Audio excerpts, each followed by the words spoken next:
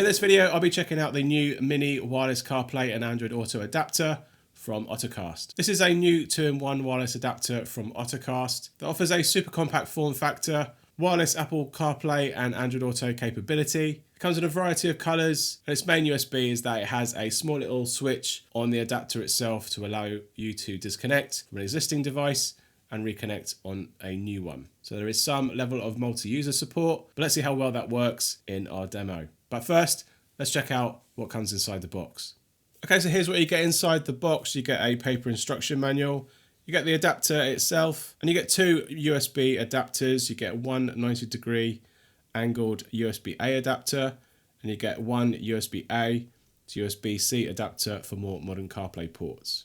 Looking over the adapter then, you've got a very slim form factor and quite small and discreet actually in terms of its size. It is one of the smallest ones I've reviewed, not only in its depth or thickness, but its length is actually quite minimal as well. And generally it's a very nice pint-sized adapter in size that allows you to hide it away should you have a car adapter or Android Auto adapter port that's quite prominent in your car interior. Now it probably could be even smaller than this if it wasn't for this little button here on the edge. It doesn't carry all the way through, so it is one side facing depending on how you have this connected in your car. And as for its length, you do have to factor in that if you do have a more modern CarPlay port with a USB-C port, you will have to consider the extra length that this adapter has with the adapter plugged into its USB-A port. Now going back to this little button here, this is basically a disconnection button rather than a switch button.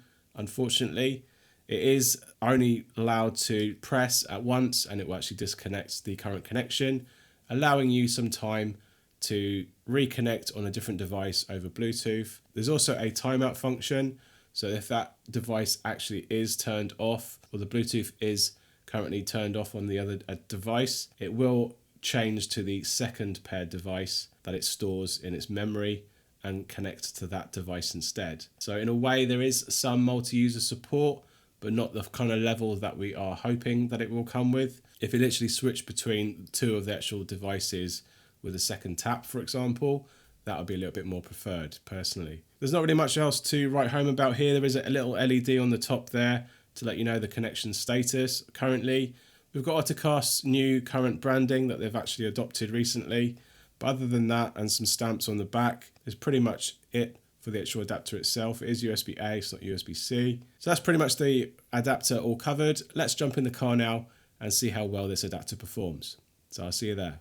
Right, so we're in the Cooper Born and we've got the Ottocast Mini here ready to get plugged in. We're going to plug it in and see how quickly it takes to be up to the main menu. Connecting now. Okay, that's us into the main menu, nice and quick, roughly about 8 seconds, which is one of the fastest 2-in-1s I've tested so far. Very similar and very familiar basic launch screen here. We just have the Bluetooth device being mentioned and the firmware. There's meant to be a button here to go back. It's not visible on my screen, but you can do that. You can't really tap anywhere else apart from down here to get back. So first things first, we'll launch into Apple CarPlay. So here we have the Bluetooth profile here. We're going to tap this and pair, connect to CarPlay,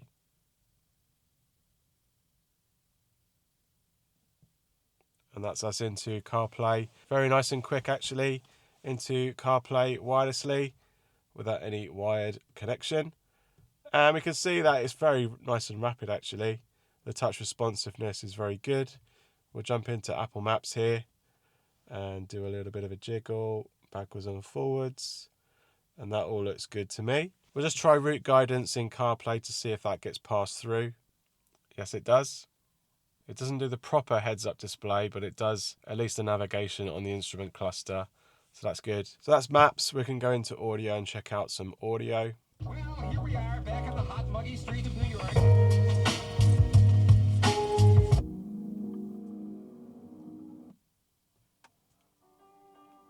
There's quite a bit of a delay on the audio, slightly longer than some other adapters that I've tried. We can try wheel controls. They work just fine. Seeking, that works as well on this adapter. Voice button, Hi, this is Anthony from CarPlayLife.com, and this is an audio test using the hopefully built-in microphone, and this is an audio test in CarPlay. Okay, that sounds good. Music has resumed as well, so that's good. Quality's good, and yeah, happy with that. So let's try a call test. Hello? Hello? Hello? Hello? Hello? Hello? Hello? Hello? Hello? Hello? Okay, good call quality, and it's quite rapid as well. A little bit of delay than some other adapters, but really not significant to make me worried at all on this adapter. Let's just jump into the IP config menu.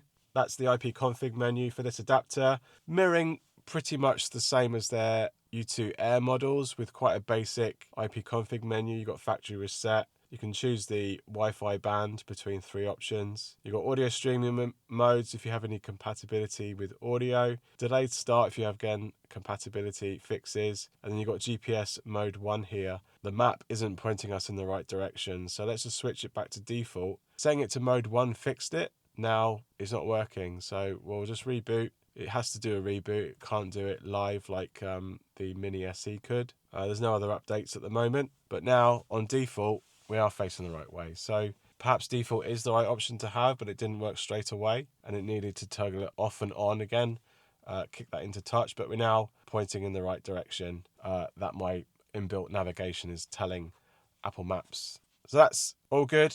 Basic IP config menu, that's probably the most detrimental for that. But we've got GPS support, very good performing in CarPlay. Let's now check out what Android Auto is like. So what we're going to do, we're going to disconnect CarPlay, which is going to turn off this phone device. And then we're going to go back to the main menu here, and you can see the profile ready to connect for Android Auto. So we've got a pair there, couldn't connect. So a bit of an issue with reconnection. Right, here we go. So we're going to tap it. Pair. Connect. That's us into the smart box. And then we're in again. So a little bit hit and miss on Android Auto, but we're in there eventually. But that's us into Android Auto. Let's just have a quick look around here and see how quickly and responsive it is. It looks nice and sharp, almost like my native wireless CarPlay is anyway. So happy with the stream for Android Auto. Maps looks okay. We can try guidance in Maps. That also gets passed through, and it's coming up on, just like CarPlay, only on the instrument cluster. Let's try out some audio.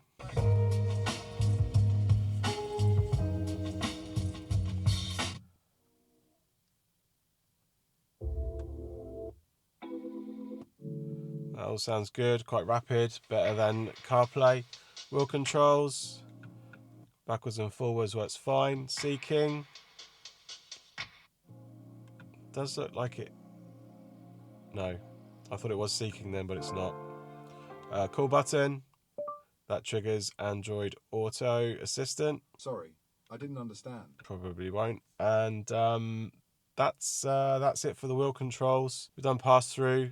That all looks good. Let's do a call test. Hello? Hello? Hello? Hello? Hello? Hello? Hello? Hello? Hello? Hello? Hello? Hello? Okay, good call quality. Happy with that. Nice and responsive. Very good for calling on Android Auto. Let's check out this little mini switch that's on the actual dongle itself. So I'm going to press the button, which is going to reboot the adapter. I'm going to try and repair with the adapter whilst it's trying to reboot. See if I can intercept it. No, it's going to go straight into Android Auto. So with this adapter, it's going to repair to the last connected device, and it's going to continue to do that even when you press that button. And the only time when it won't do that is if when you tell the connected device to not have its Bluetooth on and connect to the adapter. Only then it will wait around about 15 to 30 seconds, and then it will connect to the other device. So not ideal. You can't switch devices on that button. They could fix that with firmware, I reckon. They could do a double tap and it could reconnect to the other platform and switch between the two. That would have been a much more perfect solution. But that button is basically a disconnect, not necessarily a switch button. And hardware-wise, 2 Bluetooth modules would have been better so that 2 devices can connect and allow you to switch that way as well. Okay, so on the phone, I'm going to turn off Bluetooth now on the Android. That will allow me to connect to the adapter now. on my iPhone. I'm going to repair with the adapter, and that's going to boot the adapter back into CarPlay mode, where we see the screen, and then we're basically going to start connecting to CarPlay. Here we go. There we go.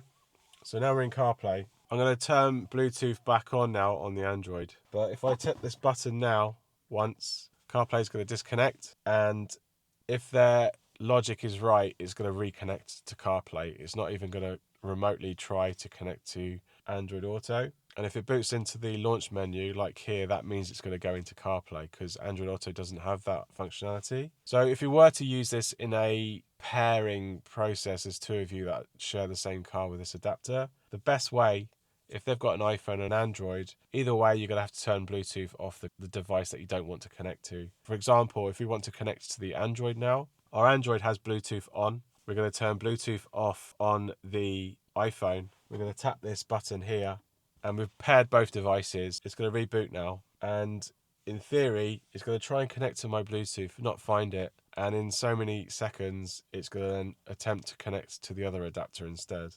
A few moments later. You do feel that you need to intervene. I know. It has gone for it. It has rebooted the device. So the device is rebooted. Android Auto is starting on my Android device up here. If I turn Bluetooth on the iPhone, I can connect to that, no problem, and then it reboots into CarPlay. So if I turn Bluetooth off again, press this button, which then makes it flash blue. We're back into our car menu again. Let's see if we can intercept. A few minutes later. And we're back in. So I had to unpair the device on my Android and then repair again.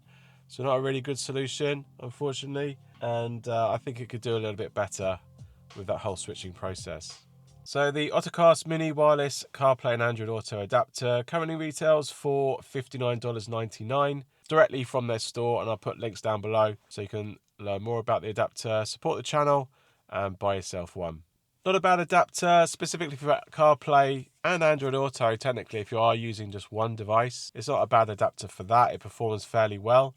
Not the best, but it forms quite high up there alongside some of the best that are out there. So a nice change and new addition to the Ottocast family of 2-in-1 wireless adapters. I'd say its downside though is that it does have a basic IP config menu versus its competitors, so you are limited in the ability to tweak it as well as fix any compatibility issues that you might face with your car. There is GPS pass-through support, so there's that addition for CarPlay as long as you use Apple Maps, because it's only going to work with that. So it does have some extra compatibility support with the instrument cluster, the Ottocast, over some of its competitors. So there's a little bit of a compromise between some features and depending on how you wish to use the adapter for your car and its functionalities that it offers you. So if you're looking for a small 2-in-1 CarPlay and Android Auto adapter, it's definitely worth checking out. But I would say its function button to disconnect devices is a little bit limiting. It hasn't really been fully fleshed out properly, I feel. It could be addressed in future software updates because it really is just a software thing, but it's up to them if they do that. I feel a double tap to change platform would have been better. That would allow you to at least switch between Android and iOS devices very easily and successfully, but they didn't do that. And I like its discrete size, its slim profile. It's going to work quite well if you have an exposed USB port in the car. It's not too intrusive, so it should work out quite well too. Alright, I hope you found this video helpful. If it has, give us a big thumbs up and let me know down in the comments if you have any questions about this adapter, and I'll do my best to answer them. If you like my channel and my content and you'd like to support it, you can do that by sending me a super thanks down below on YouTube, or check out the link in the description to buy me a coffee. You can support me there too. I really appreciate it. Thanks again for watching, and I'll see you on the next one. Cheers. Bye.